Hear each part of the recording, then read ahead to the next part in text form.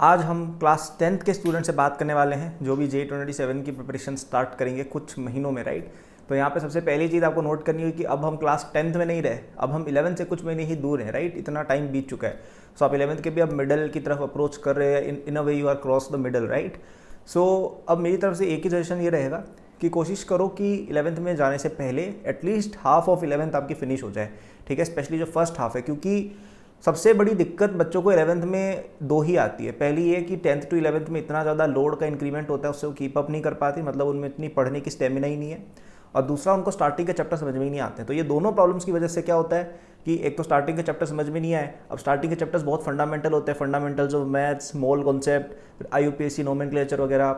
आपका ये फिजिक्स में वेक्टर्स हो गया, यूनिट डायमेंशन हो गया, मैथ्स में भी ये ट्रिग्नोमेट्री और क्वाड्रेटिक वगैरह, right. These are very basic chapters जो अगर आपको नहीं आते तो आगे समझ ही नहीं पाओगे कुछ, राइट।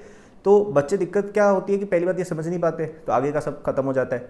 और उनकी पढ़ने की हैबिट ही नहीं होती इतनी ज़्यादा, उनको पढ़ना आता ही नहीं कि इतना कैसे मतलब उनसे होती ही नहीं क्वेश्चन, क्योंकि उनको 10th की आदत लगी हुई, राइट। तो आधे 6-7 महीने उसमें निकल जाते हैं और ये दोनों का कॉम्बिनेशन ऐसा है कि फिर JEE प्रेप पूरी तरह से खत्म हो जाती है। तो आपको इन दोनों प्रॉब्लम से बचने के लिए कोशिश करनी है कि 10th में आप जाएं, उससे पहले एटलीस्ट एक डिसेंट NCERT या JEE मेन लेवल पर आपको 11th की स्टार्टिंग के हाफ्स आते हो, ठीक है। आई एम श्योर आप में से कई लोग ऑलरेडी आता होगा, लेकिन फिर भी मैं रीइटरेट अगर करूं तो मैथ्स में, फिजिक्स में I would say centre of mass से पहले का जितना भी है सब, ठीक है। 11th की NCERT HC वर्मा में से सेंटर ऑफ मास रोटेशन हो जाए तो बहुत अच्छी बात है, लेकिन उससे पहले का सब आपको एटलीस्ट 11th में जाने से पहले आना चाहिए, ठीक है। मैथ्स में भी आई वुड से बाइनोमियल से पहले जितना भी है सब कुछ, ठीक है। स्ट्रेट लाइन तक I would say, straight line, trigonometry, quadratic, sequence series, basics of maths, set theory, ये सब आपको आना चाहिए। और केमिस्ट्री में भी आपका ये केमिकल बॉन्डिंग तक, ठीक है। 11th NCERT खोलना, केमिकल बॉन्डिंग तक सब कुछ आपको आना चाहिए, ठीक है। ये तीनों मैं कहूँगा मिनिमम है। इतना अगर आपको नहीं आता है, मतलब इतना आने का मतलब ये है कि आपसे मैं कोई भी JEE मेन का सवाल उठा के पूछ लूँ ना, आप आंसर अगर नहीं कर पा रहे हो मोल कॉन्सेप्ट का, यानी आपको नहीं आता है, ठीक है।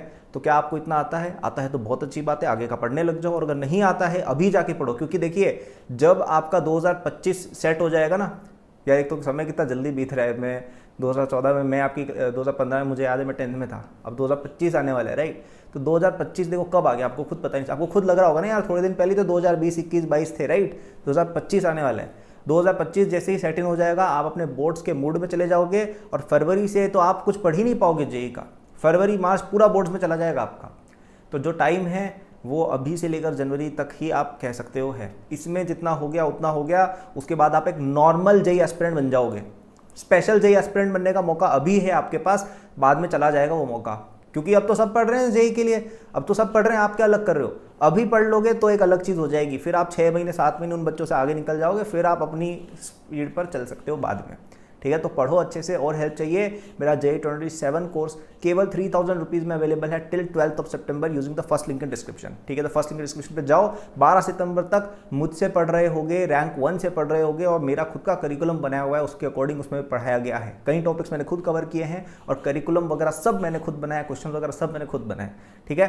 कंप्लीट चीज़ है वो, पूरा 9th-10th का रिवीजन हो जाएगा, ओलंपियाड्स की तैयारी सब हो जाएगी, एंड मोस्ट इंपॉर्टेंटली 11th-12th के कई सारे टॉपिक्स आप पहले से सीख के जाओगे। और 11th में मैम मुझे आता है, सर मुझे आता है, ऐसे करके बाकी बच्चों को चिढ़ा रहे होगे आप, ठीक है। तो ऐसा बच्चा बनना, एकदम टॉपर बनना है, that is the course for you. 3000 रुपये की इन्वेस्टमेंट है भाई, कोई लाखों रुपए नहीं मांग रहा हूँ आपसे। 3000 रुपये के अंदर आपको इतना ज़्यादा बेनिफिट मिलेगा ना, आपको खुद लगेगा भाई कि one of the best investments into my studies, okay. So do get that course using the first link in description and study it. लेने से कुछ नहीं होगा, अगर पढ़ोगे तो ही लेना, नहीं पढ़ना है, रखना है तो मत लेना भाई, ठीक है। पढ़ना उसको, फिर तुम्हें लगेगा कि भाई कुछ इंप्रूवमेंट हुआ है, काफ़ी चीज़ें सीख रहे हैं। So that was the video, I hope you liked it. Like, subscribe for more such videos. Thanks for watching, good luck.